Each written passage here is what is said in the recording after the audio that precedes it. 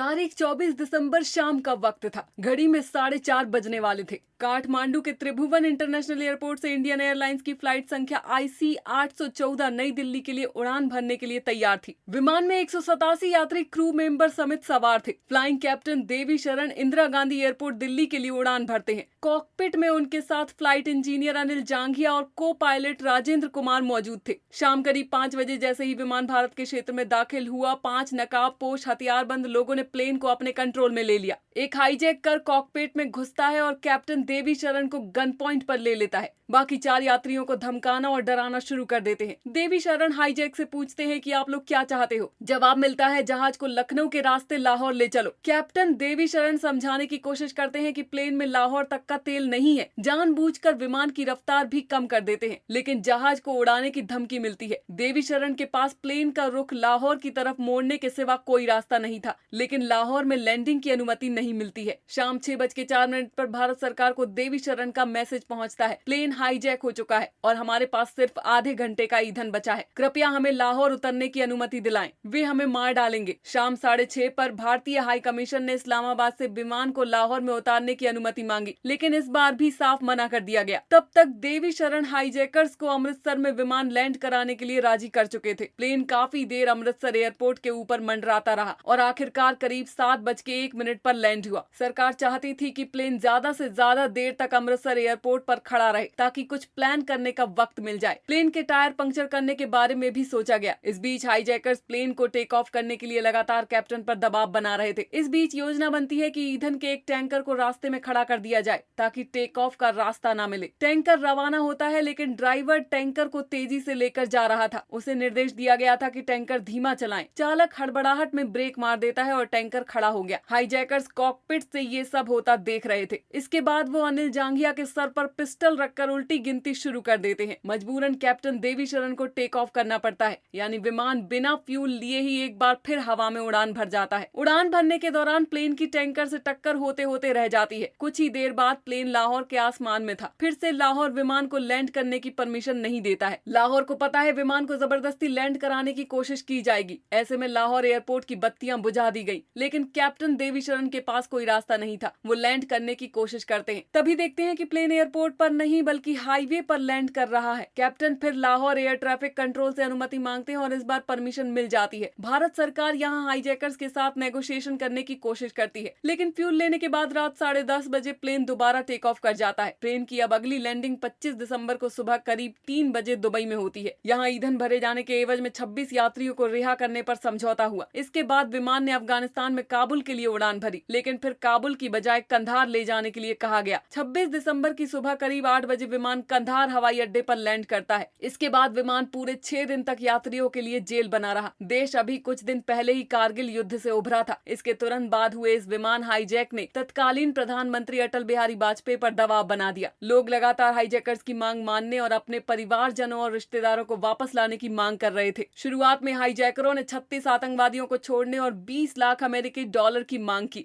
लेकिन फिर बातचीत के जरिए 3 आतंकवादियों को छोड़ने पर बात बनी। आखिरकार 31 दिसंबर को 3 आतंकवादी रिहा होते हैं और हाईजैकर्स विमान में कैद यात्रियों को छोड़ते हैं।